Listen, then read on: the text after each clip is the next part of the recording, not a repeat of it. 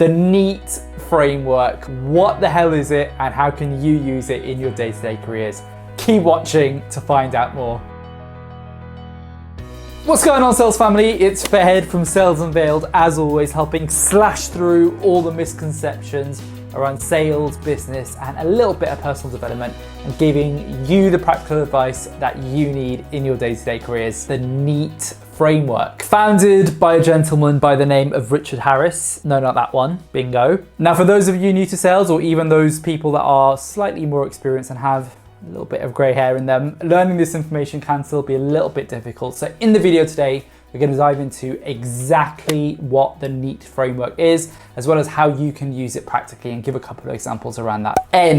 Need. So the first part of the N.E.A.T framework is just getting an understanding of the needs of your customer. Let's face it, most of us salespeople are pretty bad at listening. Heck, I'm sure half of you have probably tuned out watching this video already. Understanding the needs of your customers then is a lot less about pushing the tools or the features of a product, but understanding the root cause and the root problem that we're trying to solve. For example, let's say you were selling Adobe Photoshop. A surface level problem that the customer might say to you is that, it speeds up the process for us to create art, or that it allows them to make an image as incredible as this beauty.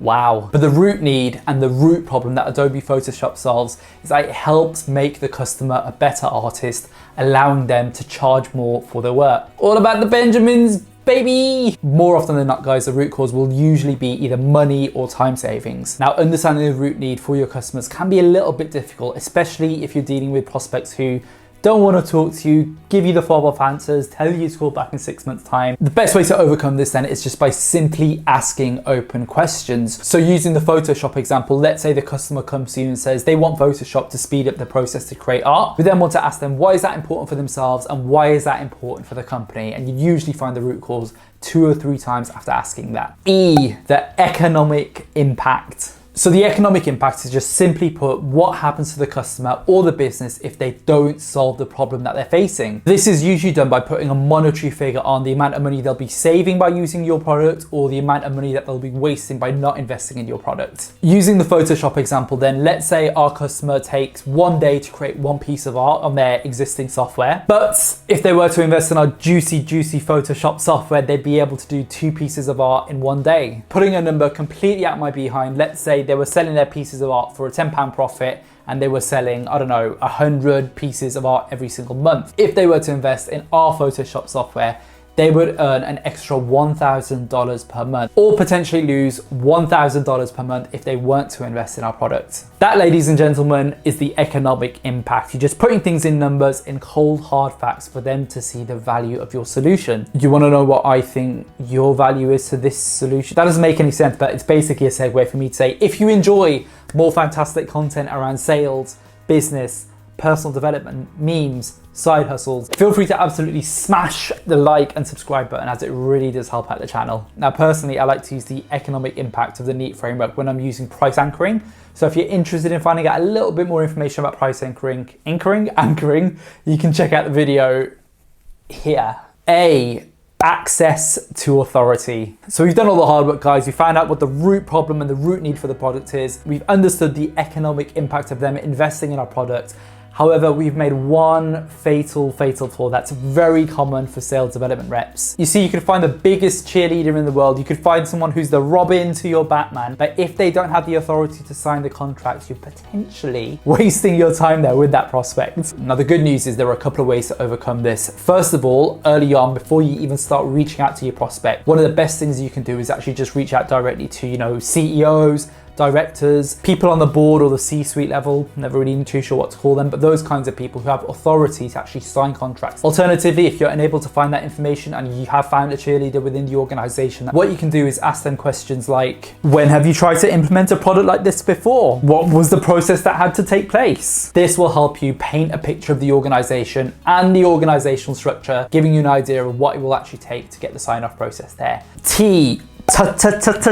Timeline. Let's face it, guys, we've all had horrible moments working in sales where we've been absolutely catfished by a prospect who promised us they would sign by the end of the week, only to tear our heart into 1,000 pieces and sign the contract with our hussy competitors down the road. Still hurts. Understanding then when contracts will be signed and what the timescales look like for implementation will be one of the most important aspects of the N.E.A.T framework. Now, the best way to figure this out is ask open questions that we talked about a little bit earlier on, such as how long does this process usually take? When have you implemented products like this before? Or by setting a go live date for your product. Sometimes it takes a little bit longer to implement your product. So by setting a date in the future, whether it's, I don't know, 2 or 3 months down the line, you can actually work towards the date and rest assured that your contract will be signed by then. Not gonna lie, I do feel a little bit like a sales big brother to you guys sometimes, and if that's the case, let's jump in with a big brother bonus, which sounded a lot less cringy in my head. Now that was obviously quite a lot of information to digest in a very short period of time, on top of the fact that I speak incredibly quickly. So what we'll do is I'll give you another example here. In this example, let's say I'm selling you a brand new VoIP system. For a VoIP system, your customers are probably gonna say something like,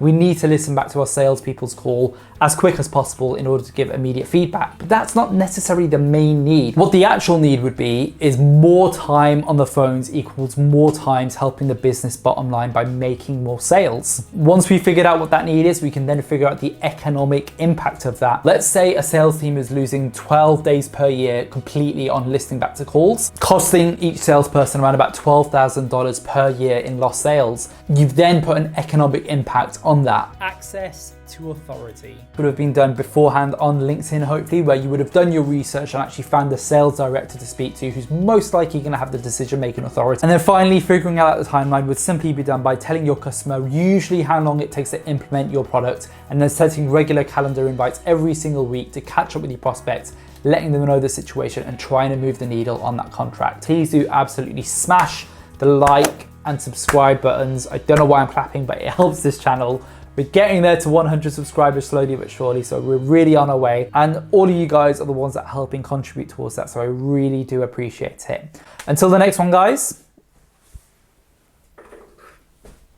bye.